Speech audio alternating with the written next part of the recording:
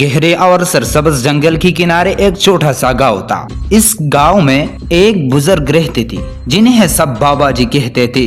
बाबा जी की उम्र 70 साल थी, मगर इनका दिल बच्चों जैसा नरम और खुश मिजाज था। इनकी दाढ़ी सफेद, आंखों में मोहब्बत और बातों में दानाई थी। बाबा जी को जंगल से बहुत मोहब्बत थी। वो कहते थे कि जंगल कुदरत का खजाना है और इसकी हिफाजत सबकी जिम्मेदारी है। बाबा जी के साथ एक 10 साल लड़का रहता था जिसका नाम आरिफ था। आरिफ बहुत नेक दिल, समझदार और तजस्सुस से भरपूर बच्चा था। ओह हर वक्त नई बातें सीखना चाहता था। जंगल में बाबा जी का एक और दोस्त भी था। बंदर बाबा जी को देखते ही खुशी से अचलने लगता। कभी इनके कंधे पर बैठ जाता और कभी आरिफ के हाथ से केला छीन कर भाग जाता, मगर ओह दिल का बहुत साफ था।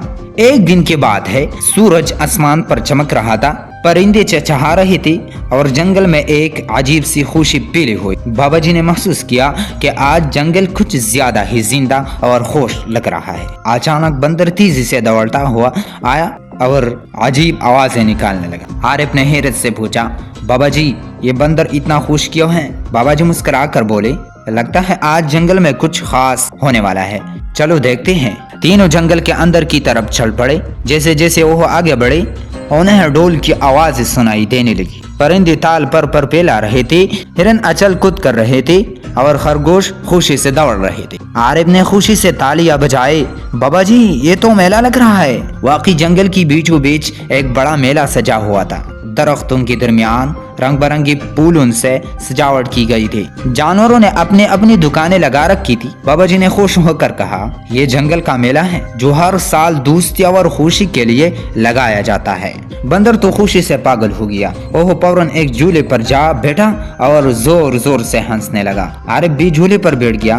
बाबा जी करीब ही एक दरख्त के नीचे बैठकर मुस्कुराते हुए सबको देखने लगे। मेले में खेलों का भी एहतमाम था। एक खेल था रस्सी खींचने का, एक था दौड़ का मुकाबला और एक था पल पहचानने का खेल। बंदर ने सबसे पहले दौड़ में हिस्सा लिया। वह इतनी तेजी से दौड़ा कि सब जानवर हैरान रह गई, मगर अचानक वो फिसल गया और जमीन पर लड़क गया। सब लम्हा भर के लिए खामोश हो गए। फिर बंदर खुद उठा और अजीब मुंह बनाकर नाचने लगा। सब जोर जोर से हंसने लगे। आरिफ भी हंसी रोक न सका। बाबा जी ने कहा, देखो बेटा, हंसी और खुशी भी एक जीत होती है।